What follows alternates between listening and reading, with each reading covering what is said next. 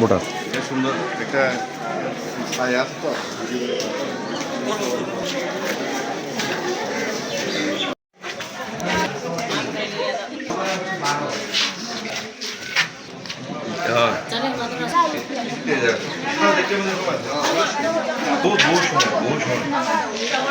ধন্যবাদ আপনাকে। কাপ্তাই উপজেলা বিএনপির নির্বাচনী পরিচালনা কমিটির সদস্য সচিব এবং জেলা বিএনপির যুগ্ম সম্পাদক জনাব দিলদার হোসেনের সাথে উনি আমাদেরকে আজকে নির্বাচন নিয়ে গণমাধ্যমকে জানাচ্ছেন। না, নির্বাচনটা অত্যন্ত উৎসবমুখর এবং প্রাণবন্ত হচ্ছে। এটি গ্রহণযোগ্য এবং জনগণের স্বতঃস্ফূর্ত অংশগ্রহণের মধ্য দিয়েই কিন্তু এই নির্বাচন হচ্ছে।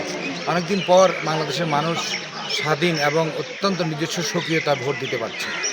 তো আমরা দেখতে পাচ্ছি জনগণের একটা স্রোত, এটা কেন্দ্রমুখী সকাল থেকে আমরা দেখতে পাচ্ছি।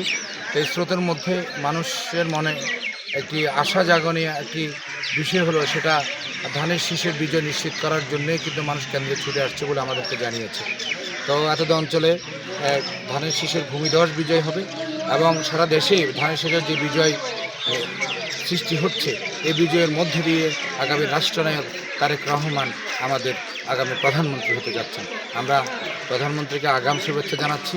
তো আমরা একটা সাংবাদিক বন্ধুগণ যেভাবে সংবাদ সংগ্রহ করছে, আপনারা তো নিজেরাই বুঝতে পারছেন মানুষ কত উৎসাহ উদ্দীপনা, কত স্বাধীনভাবে ভোট দিতে পারছে। এই ধারাবাহিকতা আমাদেরকে ধরে রাখতে হবে আগামী দিনে এবং একটি বৈষম্যবিহীন সমান্তরাল সুষম একটি মুক্তিযোদ্ধার চেতনাভিত্তিক একটি রাষ্ট্র গঠনের লক্ষ্যে এই নির্বাচন অবশ্যই আগামীদের জন্য যুগান্তকারী পদক্ষেপ রাখবে বলে বাংলাদেশের রাষ্ট্র পরিচালনায় এটাই আশা করি। আপাতত বিদায় নিচ্ছি। সবাইকে ধন্যবাদ। আসসালামু আলাইকুম। ধানের শীষে ভোট দেওয়ার জন্য সকলকে ধন্যবাদ জানাই।